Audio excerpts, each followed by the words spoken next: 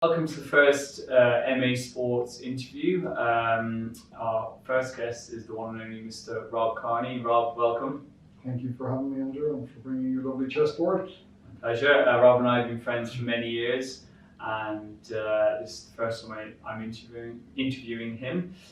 So I thought, why not do something that we both enjoy, me kicking your ass in chess. So let's get started. Rob, you to move. So, you finished up in October with Leinster. What have you been doing since then?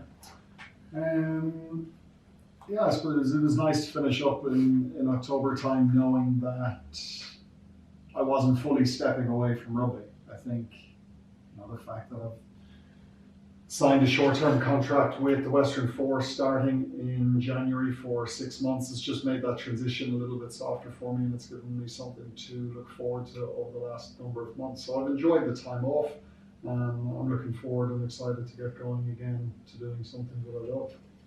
Good to hear. I suppose I probably want to base this around your book, because I've just read it under severe duress of reading it. But I was thinking, in your book, you actually talk about us having just random ramblings. I suppose here's another chance for us to do so. What do we normally talk about? We talk about anything from everything to anything. Business, sport, I think normal things that pals talk about, really, isn't it? Just on chess, when we play, it does get very, very competitive. Like everything in your life, whether it's golf, anything sport related, even non-sport related, it's always so competitive. Why do you think that is? I think I've probably always been a very competitive person from a very young age. It's something that I definitely see in my dad and in my brothers as well, that even on a golf course, they'd be two very competitive people. So it's something that, like I say, I've had from a young age. But, when you're playing your pals and friends and you want to get one up on the people who are close to you, and I think it's always very much a sign of endearment that you want to beat the people at anything those closest to you. Mm. And how does it feel? Say, for instance, just as an example, when we play sport, again, chess or golf, when you don't win most of the time, how does that feel for someone who has been so successful, in one career? When you play other sports, is that hard to digest? No, it's not. It's not hard to digest. I'll throw it in there that you don't win at everything. You might be good at chess, but that's about the only sporting thing that you can beat me at. I'll take that as a massive compliment. There is times that, a lot of times that I might play other sports, it's very much for an enjoyment component, to get off the rugby field and to go and do and play something else, that the result of it at the end of the day doesn't really matter. And that's something that gives me a huge amount of comfort to be able to do. Mm. Actually kind of leads into my next question is around your book. And obviously we've known each other for so long, and I've been there through so many things.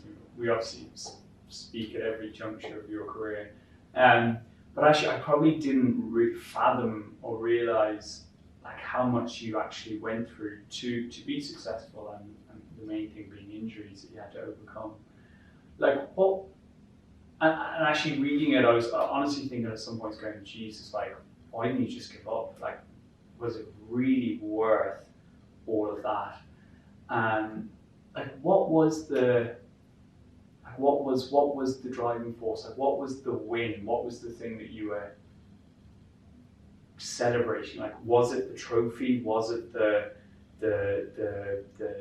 fame? Was it the money? Was it you wanting your parents to be proud of you? What were the things that were driving you? Okay, if we're playing chess, I get a huge amount of enjoyment of just winning. I don't get anything else. It's just enjoying winning. But what was the drive for that period of 15 years? So many challenges and hurdles you had to overcome. what were the real driving forces and what were the things that were just pushing you to keep going?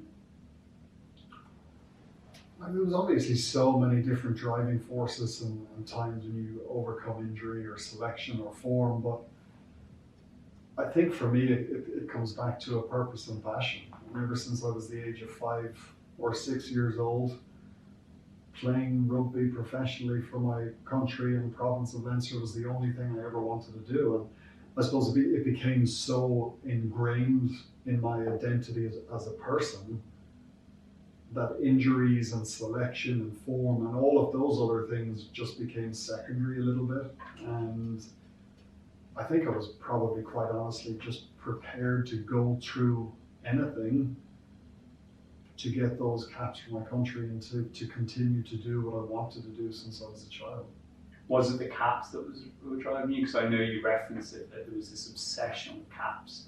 Like, was that a big driving force? I think caps and medals were the two biggest driving forces for me. Why caps? I understand medals. Like, that's obvious. Because caps it's a very specific number that is beside your name, the amount of times that you've played for your country, or the amount of times that the specific coach has picked you. And you go through so many times in your career where there's always so many opinions out there and people always have something to say. But I knew from very early on that two things that no one could ever take back against me, or they could never take away from me at the end of my career or during my career, would be a medal or a cap. And that was the one thing that would always be in a history book. And that's, I think, why I focus so much on those two things. Yeah. No, it makes sense. Did you enjoy, again, reading the book, like, did you enjoy your career? Like, was it like when you look back now, I know it's not finished, but obviously your time with Ireland and Leinster's finished. Like, did you enjoy it? Or, because I know we've discussed this numerous times, and I remember even coming out of school and when you first broke in, you were this really confident guy, you were better than rugby than most people at our age. And you had a swag and this sort of arrogance about you. I actually didn't even realize to the extent of actually how much when you went in, the approval you were seeking from the senior players, I don't think you got for a couple of years. So you had that at the start of your career, and then you kind of, in the middle, had injuries, and then, just again, that determination to get your caps and keep your place. Like, were you ever enjoying it, or was it just always a struggle and always a battle and always a... No, I look back on my term of 15 years and I loved it all. And there's not one thing that I would change about it. I think something from professional sport that people don't often see or appreciate is the lows that come with it. People often see the highs on a Saturday afternoon when you're in the Aviva Stadium in front of 60,000 people and you're winning Six Nation matches, or you're lifting Heineken cups or trophies or whatnot.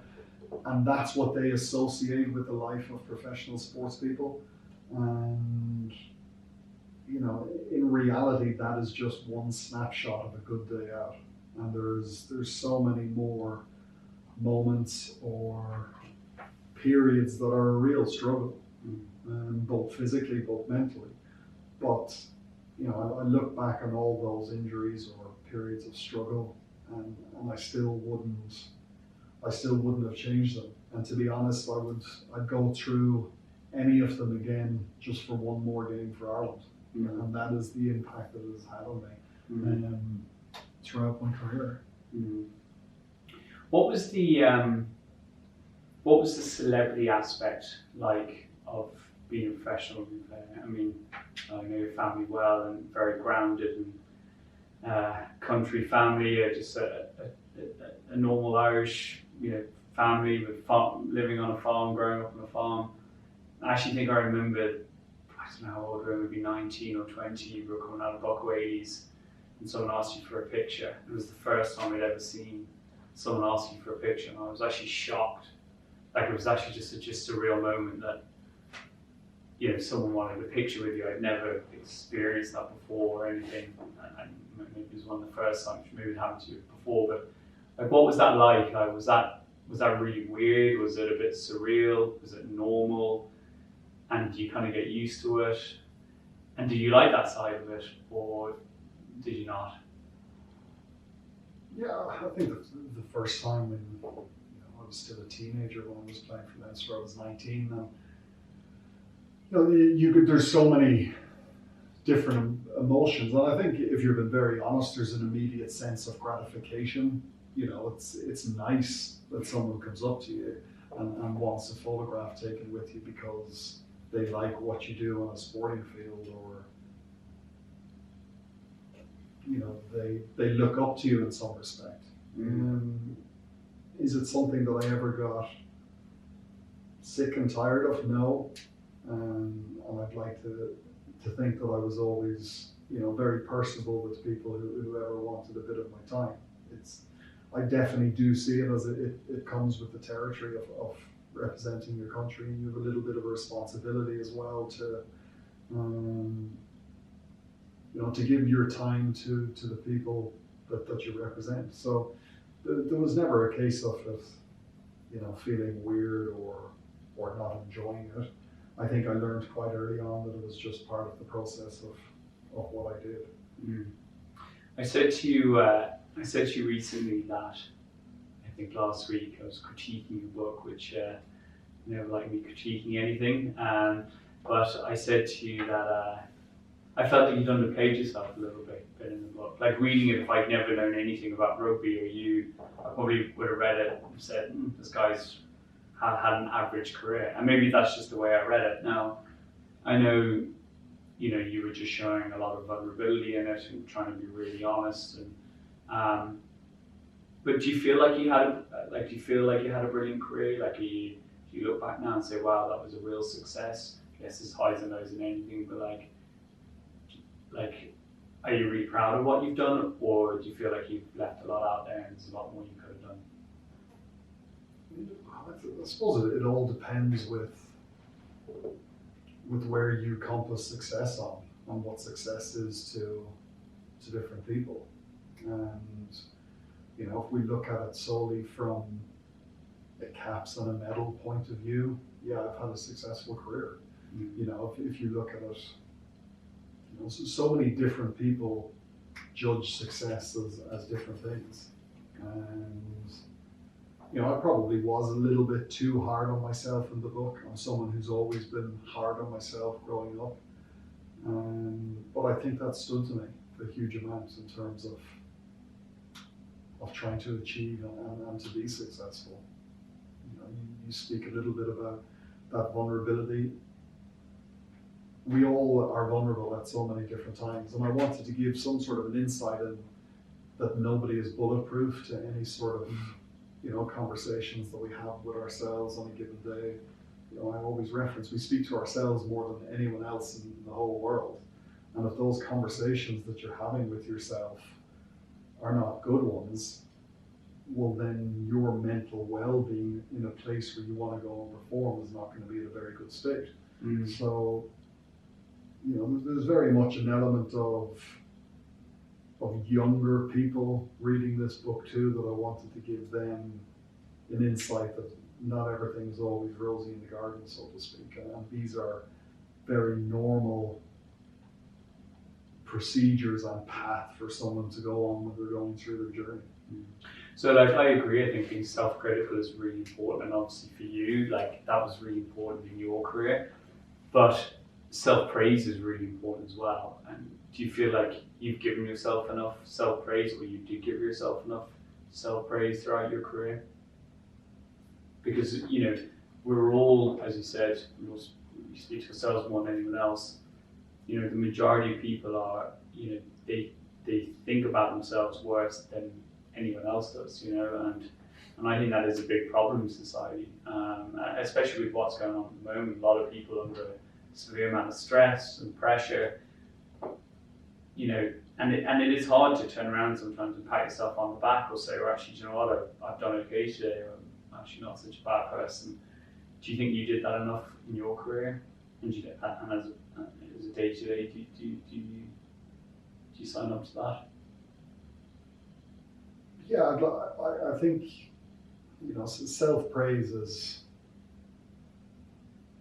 probably taking it maybe a step too far. I think we always have to acknowledge ourselves when we've done something good within a day. And I'd certainly, always do that with myself. I'd be very self-critical. If there's something that I need to improve on in a day, well then, I'll consider that as part of my thought process for the next day. But, you always have to, be aware of the good things that you do.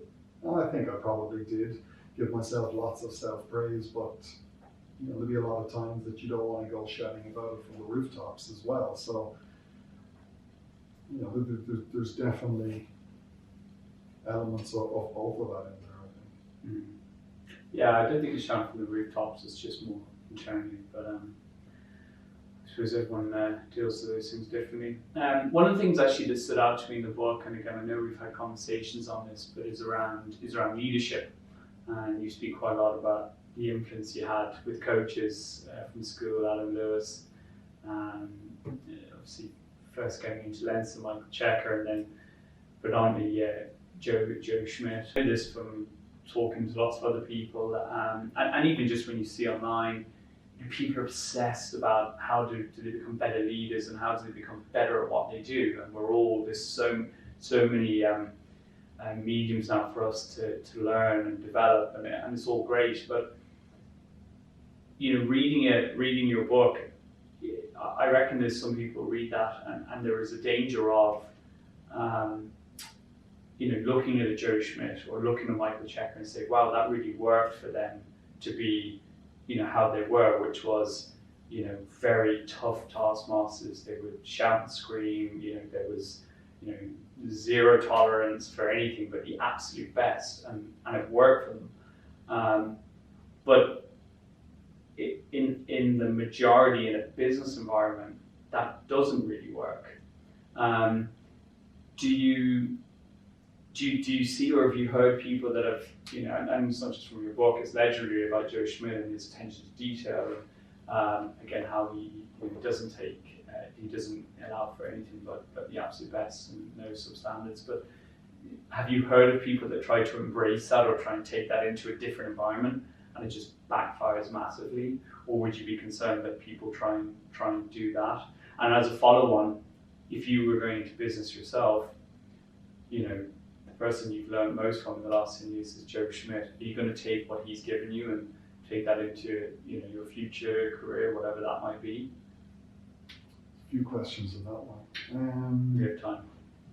Well, we might not have much time, so that to be. I think firstly, we won a Grand Slam in 2009 under the watchful eye of Declan Kearney, who was, as a personality, the complete opposite to how Joe Schmidt coached. So, the whole cliche, there's so many different ways to skin a cat, and that was very, very evident in terms of how that was done by both coaches. I can understand and see how lots of people might look at the likes of Joe Schmidt and say, he's brought so much success, I have to try and replicate what he does without having a full understanding of exactly how he leads. You have to be very mindful as well of the fact that you're in a high performance environment where you've got the 30 best players of rugby in the country, all of who are desperate to do anything to get on the team and will do exactly what the coach tells you. And I don't think that frame of mind is always applicable in an office, because you'll just get people who say, I'm out of here, I'm going to go and find another job. So you have to be very mindful of the groups of people that you're dealing with. But I think leadership for me, and there's some leadership, it's so cliched at the moment, and everyone's talking about it, and how do I become a better leader, and what is good leadership. But I think it's really simple, that you do exactly what you say you're going to do. And that might dumb it down a little bit, but I think that gets lost so much in translation. right across sport, business, in every walks of life. You've got people who say they're going to do something and they don't do it. And straight away your leadership credentials are just lost. You know, you go into an office and there's a 9 o'clock meeting and someone walks in at 2 minutes past 9. You're telling everyone in that room that you don't care as much about them and this meeting is not that important. So very much for me, day-to-day behaviors of how you treat yourself, but mostly how you treat other people. And then you've got the layers of having, you know, vision and strategy and all of that other stuff that sits above it. But I think the foundation of it is so simplistic and we lose sight of that sometimes. But like there's a lot of, and you're right about, there's just so much out there about leadership and business. And do you not think though that like a lot of business leaders now have, you know, they're leading with compassion and it's putting themselves in someone else's shoes, and there's a lot more sort of laissez-faire attitude, you know, come and go as you please, but as long as the work's done, that's okay. We see it now with this remote world we're in and everyone's working from home. Like, does that, you know, like, and it's working, like it is working. Companies are, you know, look at Virgin and Google and all these, like they've been built on compassion, giving people the freedom to express themselves. Like, why do you think that can't be done in rugby, and why hasn't it been done? Like, what is fundamentally different? Because at the end, it's just people, you know. Well, you have to be together as a team and train together every single day. You know, rugby players are so interdependent on each other every day of the week. You've got 15 guys in the field. One person can literally lose the game for you. So, you know, you're not really comparing like with like there in terms of an office to a rugby field or a sports team. Do you think someone like Joe Schmidt or Michael Checker could be a successful CEO in business? I think they probably could. Like the business at the end of the day is high performance, and international rugby is high performance, and both of those people are leaders in the field and they've achieved extraordinary things.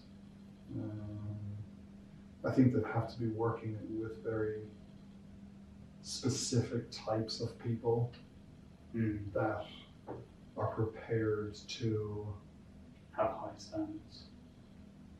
Not to have high standards, but also to live by them on a daily basis. And you know, I'm not sure how many corporate environments out there would be able for the level of intense scrutiny that we were subjected to some days on a daily basis. Do you think if just take Joe as an example, if he went into a business and, you know, 80% of people weren't conforming to that and he cleared them out, do you think he could create a business environment similar to that of a Irish rugby and make it successful? Do you think it's possible? Yeah, in theory, of course it's possible. In theory, but you know, it's very dependent on the type of company, the types of people that you're working with. You know, I'm sure the style of management and leadership would be similar, but it's a very different environment going from pitch to office. Yeah. Actually, I think one of them, I'm sure you probably get it. You can vouch for this more than I can, but one of the things that people always ask me about you, one of the most popular questions they ask me is, how does he deal with pre-match nerves? Like, what's it like? I think, and even for me, like the thought of running out in front of 80,000 people or 50,000 people or whatever it is on an international weekend, like it is terrifying to even think about that. And for, you know, for us common people, non-athletic, or maybe overlooked in our past, in our younger years, like it is the one thing that people go, wow, like how do you actually prepare and where do you get the mental strength and resilience to actually get yourself into that position where you're standing in front of 80,000 people who are all watching you, you perform to the absolute best. Like, where does that come from? Because, like, I'm a big believer in, I think it's something that you can work really hard and you can train hard, but I think talent that's in sport at the elite level. I think that's what a lot of talent comes from, is that just being able to handle those precious situations, I don't know, do you have it or you don't? I don't. I think if I could train all year round and have Joe Schmidt coach me and all this other stuff, okay, maybe my lack of ability might go against you, but I think I'd really struggle to run out in front of 80,000 people and perform to my best, Yeah, I think talent is a separate entity to it all. I've seen so many talented sports people, but when the big day came, they just weren't able to produce the goods. And I think part of that is something that you're innately born with. Some people are just better at dealing with pressure than other people. Now, in saying that, I think pressure, like everything, is a skill, and you have to work on these skills. Getting better with dealing with fear, with anxiety, with nerves on a big day, and they do improve as time goes on. And in other ways, I got more nervous for games the older I got, because you'd more appreciation of the outcome of them and how important that outcome was. But what would you do to deal with it? Like, if anyone is listening to this, or 3 or 4 people out there that do listen or watch this, like, people get nervous about going for an interview or doing their driving test for the first time or speaking in front of an audience, or so many different things. Like what would you do, like, say the morning of a game? Like, were there any kind of tricks or things that you learned to prepare a bit better? Because in your career as well, I personally believe the bigger the game and the bigger the audience, we play better. I think that was a common theme in your career. So were there any tips or things that you did to overcome that, or to deal with it? I think preparation is the single biggest aid that you have to help you perform on the big day. The times that I was really nervous or worried going into a game, or times when I went into a game and didn't perform, it was because I didn't prepare to the very best of my ability that week. And I think that's something that a lot of people let themselves down. They just think that it's going to happen because they've got this opportunity now. They've been waiting for this opportunity for so long that it's just going to happen. And that's absolutely just not the way that it works. Any tips about it? No. Like, I would have gotten so nervous on game day. And you can talk about mindfulness and breathing techniques and all of these things that do help, but you're still bricking it on the bus on the way to the game. And if anything, as soon as that whistle went at 3 p.m. on a Saturday, that's the moment when I relaxed most during the whole week, because everything was just became an instinct, and I was out in the field doing what I loved, and I knew that I belonged in that arena. And you don't really get that feeling of belonging there until you've proved to yourself in the games that you actually do. So it's repetition, and it's experience, and it's track record, and convincing yourself that you can do it. Exactly, and a lot of it is convincing yourself to take that first step. So what about in the most bizarre situation? Like, anyone who's ever heard you sing knows you're a terrible singer, right? What in the bizarre situation that you would go and sing in front of 50,000 people in the Viva Stadium? Do you think, of course you'd be nervous, but do you think you could rise to the occasion and become a better singer through the same preparation you went through with rugby? And I would pay to see that. I think I'd pay a lot of money. I think I'd become marginally better, but still nothing Terrible. that would entice me to go out and sing in front of 50 people. And that's where the talent piece comes back. You know, I think deep down, we all know ultimately if we're good enough at something to want to pursue it. And then you've got people on the very other extreme. No disrespect to you, you took up the guitar pre-COVID. Not very good. And I'm sure that you would have no problem singing on your guitar in front of 10,000 people. Absolutely not, no. You would do it. Yeah. Whereas you have an extreme level of high confidence. Yeah, but do you know there's so many bad singers and guitar players out there. I think a lot of it is just the front you put on, you know. Talent is important, but confidence is, you know, again, it comes back to if you were super talented but couldn't handle the pressure, it counts for nothing, do you know? An average rugby player who can really handle the pressure, well, that can count for a huge amount. It's just a good move there. Isn't it? I've got a better one. Actually, one of the things that surprised me in the book was like you're someone who has planned so much about your career, like, and again, I know from speaking to you and talking to you daily throughout the years, you know, you're always planning ahead for the season. It's a World Cup year next year. It's Lions in 2 years. You know, you're always thinking ahead and planning ahead. I was surprised to see in your book there was only kind of maybe 1 or 2 pages on your life after rugby. Why is that? Have you been thinking about it? Have you been planning it? Or are you just kind of doing it in the moment? I think when you're doing a book, an autobiography, you're very much talking about the past and the life that you have had. You know, I think about the future a lot, and I'm still not entirely sure what path I'm going to go down next. You know, like I said at the start, since the age of 5, I've had this single purpose in my life that nothing was ever going to come in the way of me doing what I wanted to do or what I felt I was born to do. And, you know, replicating that or finding something that is going to replace that is going to be difficult. And, you know, I don't know enough about my own future to warrant putting it down in print for the rest of my life. I wish you did.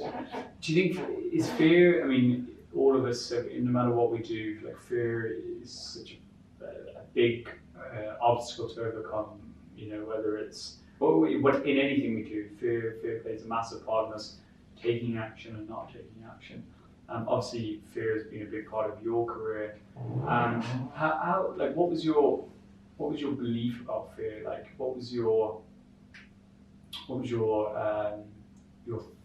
thought process towards it? Was it like, okay, fear is staring me in the face, I'm just going to tackle it head on, or I'm just not going to do it, or I'm going to meander my way through it? Like, what was your approach to it? Because fear holds people back. Like I've heard of people not taking jobs or going for job interviews because part of their job will be they have to stand up and present once a month in front of like 20 people, and they just won't go for the job because the fear of actually, you know, like that fear holds people back from doing things and achieving things, and for them, you know, being the best at getting the best out of themselves. Like, would you have any advice or any anecdotes that you can share in your line of work, in your career? No, I always try and make these things as relatable to my own life as possible. And it starts off with how much do you actually really want something? So I wanted to play rugby for Ireland. I was prepared to do anything that I had to do to make that happen. If someone's not taking a job because they're afraid of public speaking, my question would be, how much do you actually really want that job? And I think you'll find pretty quickly that the answer is not enough to do whatever it takes. And that's something that you hear so much in sport and high performance, whatever it takes. Mm. And it's cliche, but it's really true, because if you want something badly enough, you genuinely will do whatever it takes to get there. Mm. And that's why I was prepared to put up with the injuries and all of those things that you spoke about. And you asked yourself the question, why is he still doing it? Because I was in that mind frame of doing whatever it took to achieve what I wanted to achieve. Mm. Yeah. Yeah. And it's great to have that. Do you think you can replicate that into, and it's too hard to say now, but, you know, winning medals and playing as part of a team and playing for the crowd and, you know, like sport, we're all fascinated by sport. You lived it and breathed it. Do you think it's possible to find something that, I'm not going to say is going to match that or be on the same level, but will give you the same drive and the same determination to go after something with that amount of will and conviction? I hope so. And it's the one thing that, if you ask me what do you want from the next 15 years of your life, it's to find a passion and a purpose again. That's not going to replicate the buzz and adrenaline rush and singing an anthem for 60,000 people. It's not going to do that. But something that will genuinely have me bouncing out of bed on a Monday morning. Mm-hmm. And that, quite simply, is the only thing that I want from the next 10 years of my life. Mm-hmm. Because I think if you have that purpose, if you have that passion, you know, that innate passion where you really want to go and do and achieve something, all of those other things become secondary. Mm. And you're back in that mind frame of doing whatever it takes. Mm. Do you think when we're 8 years old and I'm still beating you at chess consistently over a 56 year period and we're having another chat, would you like to think that we're sitting there and you're saying, geez, that rugby thing was actually was a part of my life, but wasn't the part of my life, wasn't defining the definition of me? Because I get the sense, and from talking to you, but reading your book as well, yeah, I think you say it in the last page, one of the last couple of pages, just to prove I have read it, that is important to you. You know, whereas I find, you know, lots of other rugby players, I know I'm pally with through you that, you know, rugby is something they want to cling on to, and, you know, whether it's through punditry or through whatever it might be, rugby is really important to them, and there's nothing wrong with that, but I get the sense from you that you kind of want to leave it behind you a little bit, and, you know, in another 20 years, there's something else that you'll be talking about. No, I don't want to leave it behind. It's something that is going to be attached to me for the rest of my life. And I'm very proud of what I've done, so I want it to be attached to me, but not to the extent that, you know, I go into a pub in 15 years' time and people want to talk to me about what I used to do. I have a drive now towards the end of my career to want to go and do something else that's really good, and something else that people will want to talk to me about. Not for what I used to do, but what I'm currently doing. And that could be very aspirational, but I think if you put yourself in a place where you want to cling on to the past, you know, it could be a deterrent to how much success you have in the future too. Yeah.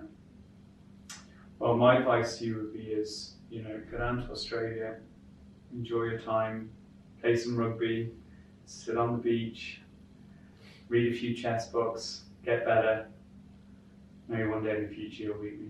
But Rob, listen, it's been a pleasure. Enjoyed doing my first interview with you. I'm sure it won't be the last. And yeah, wish you all the best in the future. Thanks.